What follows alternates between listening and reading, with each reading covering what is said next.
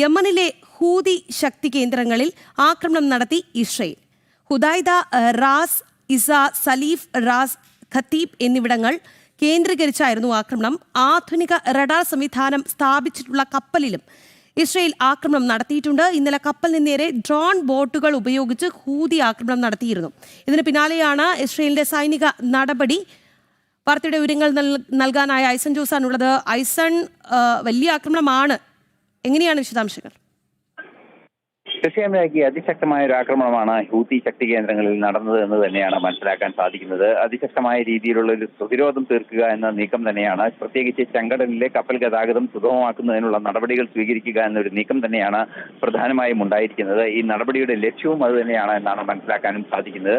തീർച്ചയായും അതിശക്തമായ ഒരു ആക്രമണം നടന്നത്. നേരത്തെ സൂചിപ്പിച്ചതുപോലെ വിവിധ ഇടങ്ങളിൽ വൻതോതിലുള്ള ആക്രമണമാണ് നടന്നത്. ഇന്നലെ പറഞ്ഞതുപോലെ ഇസ്രായേലിൽ നിന്നും നേരത്തെ തട്ടിയെടുത്ത, അതായത് ഹൂതി ഭീകരർ നേരത്തെ തട്ടിയെടുത്ത 2023 നവംബറിൽ തട്ടിയെടുത്ത ഒരു കപ്പലുണ്ട്. ആ കപ്പലിലെല്ലാം തന്നെ ആധുനിക സംവിധാനങ്ങൾ, അതായത് റഡാർ സംവിധാനങ്ങളെല്ലാം തന്നെ ഒരുക്കിക്കൊണ്ടുള്ള ഒരു നീക്കമാണ് ഹൂതി ഭീകരർ നടത്തിക്കൊണ്ടിരുന്നത്. അത്തരത്തിൽ നടത്തിക്കൊണ്ടിരുന്ന ആ കപ്പൽ ഉൾപ്പെടെ അത് ആക്രമണത്തിന് വിധേയമാക്കി എന്നാണ് ഇപ്പോൾ നമുക്ക് മനസ്സിലാക്കാനും സാധിക്കുന്നത്.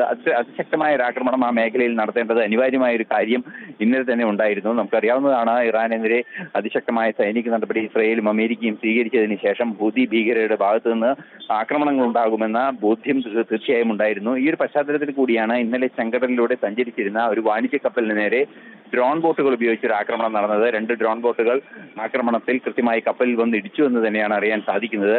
ഹുദൈദ തുറമുഖത്ത് നിന്ന് 51 നോട്ടിക്കൽ മൈൽ അകലെയായിരുന്നു ഈ ആക്രമണം നടന്നത്.